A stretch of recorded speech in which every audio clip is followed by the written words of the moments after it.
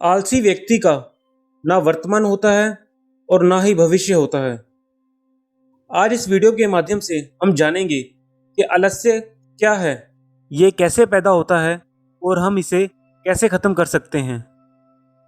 एक बार आलस्य से परेशान व्यक्ति गौतम बुद्ध के पास आता है और कहता है, बुद्ध, मेरे अंदर बहुत आलस्य है।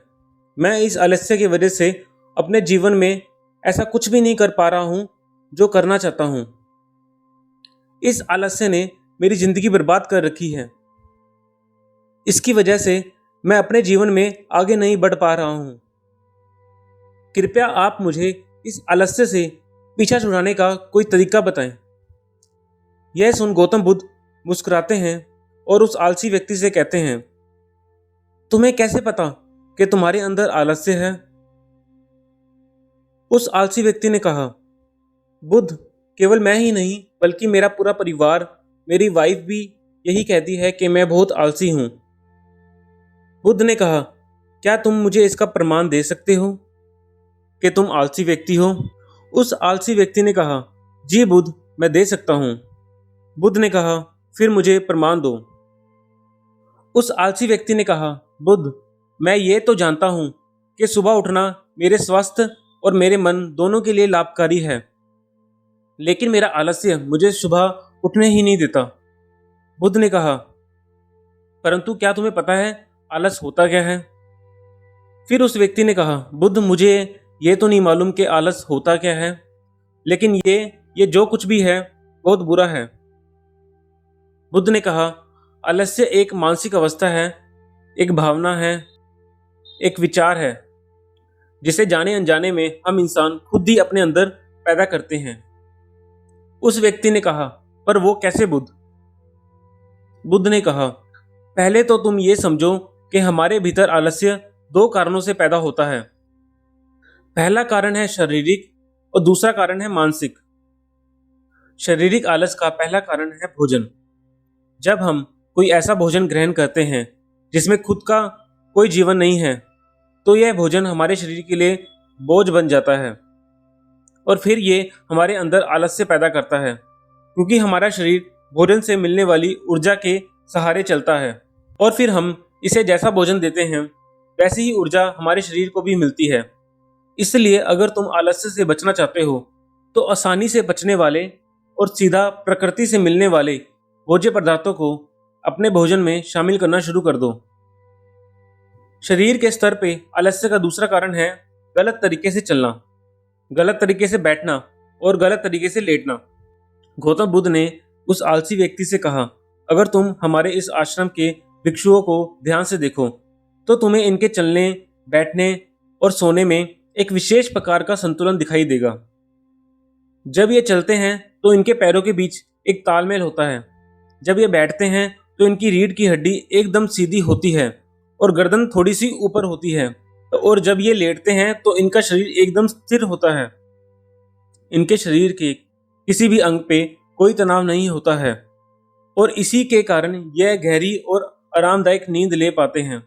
उस आलसी व्यक्ति ने पूछा, बुद्ध, क्या पर्याप्त नींद लेना भी उतना ही जरूरी है? बुद्ध ने कहा, ना कम ना ज्यादा। हमेशा ही पर्याप्त मात्रा में सोना लाभकारी होता है। अगर तुम आज रात पर्याप्त नींद नहीं लेते तो तुम्हारा कल का पूरा दिन थकान और आलस्य से भरा होगा। इसलिए पर्याप्त नींद लेना भी उतना ही जरूरी है। उस आलसी व्यक्ति ने कहा, हाँ बुद्ध, ये तो मैंने भी महसूस किया है। बुद्ध ने कहा, शरीर के स्तर पे आलस्य का तीसरा कारण है सुबह जल्दी ना उठना। यह सुन के उस आलसी व्यक्ति ने कहा, हाँ बुद्ध, मैं तो सुबह जल्दी उठ ही नहीं पाता हूँ। बुद्ध ने कहा, तुम सुबह जल्दी तब उठ पाओगे जब तुम रात को जल्दी सो पाओगे। हमारे आश्रम के भिक्षुओं को देखो, इन्होंने रात्रि में अपने सोने का निश्चित समय निर्धारित कर रखा है और यही कारण है कि ये रोज प्रातःकाल सुबह जल्दी उठने में सक्षम हो पाते हैं। हर एक इंसान को अनुशासन का पालन करना होता है और यही अनुशासन इनके जीवन में संतुलन लाता है। कुछ लोग अनुशासन को एक बंधन समझते हैं। उन्हें लगता है कि अनुशासन उन्हें बांधता है, लेकिन सच्चाई ये है कि अनुशासन हमें बांधता नहीं बल्कि स्वतंत्र करता है। इसीलिए अगर तुम शारीरिक स्तर पर आलस्य से छुटकारा पाना चाहते हो तो खुद को अनुशासन में ढालो और एक निश्चित दिनचर्या का पालन करो। उस आलसी व्यक्ति ने कहा, लेकिन बुद्ध, शुरुआत कहाँ से करें?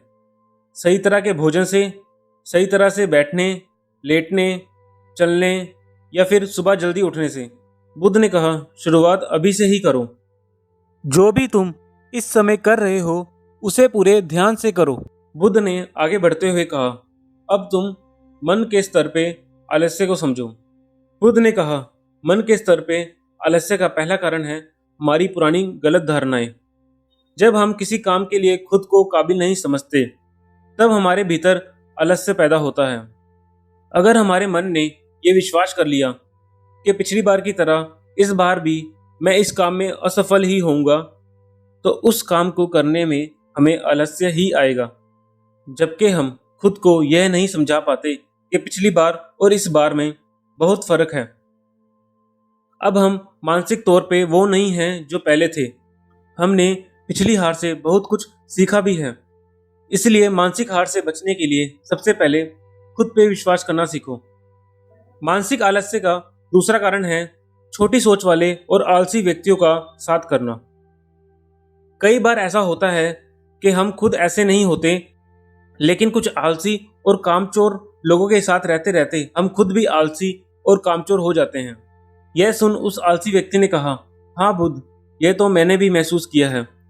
बुद्ध ने कहा, तो सबसे पहले आलसी और कामचोर लोगों की संगति में रहना छोड़ दो। बुद्ध ने आगे बढ़ते हुए कहा, मानसिक आलस्य का तीसरा कारण है काम को टालने की आदत। काम को टालना आलस्य और मानसिक तनाव का सबसे पहला कारण है। शुरुआत में तो हमें पता नहीं चलता, लेकिन धीरे धीरे ये आदत हमारे अंदर घर कर जाती है और यह अकेली आदत ही किसी भी इंसान की जिंदगी बर्बाद करने के लिए काफी है। इसीलिए जो काम आज किया जा सकता है उसे कल पर कभी ना टालो। बुद्ध ने कहा, मानसिक आलस्य का चौथा कारण है लक्ष्य का स्पष्ट ना होना। मान लो तुम किसी बड़े से रेगिस्तान में फंस चुके हो और तुम्हें जोरों की प्यास लगी है, तब तुम क्या करोगे? उस आलसी व्यक्ति ने कहा, मैं पानी की तलाश करूंगा। मैं कोशिश करूंगा कि जल्द से जल्द रेगिस्तान के पास वाले गांव में पहुंच जाऊं ताकि पानी पा सकूं। बुद्ध ने कहा, अगर बहुत कोशिश करने के बाद भी तुम्हें पानी ना मिले तब क्या करोगे?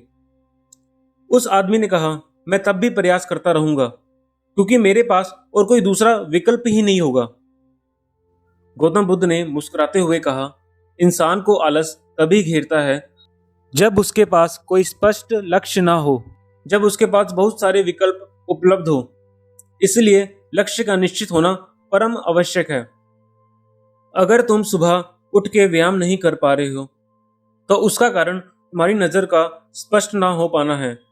अभी तुम भविष्य में होने वाले रोगों और उन रोगों से होने वाली पीड़ा को स्पष्ट रूप से महसूस नहीं कर पा रहे हो। बुद्ध ने आगे कहा, मन के स्तर पे आलस्य का पांचवा कारण है किसी काम को करने की कोई बड़ी वजह ना होना।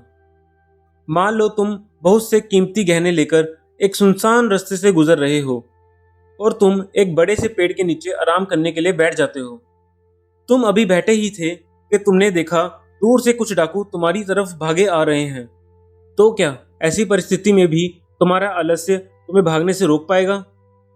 नहीं ना।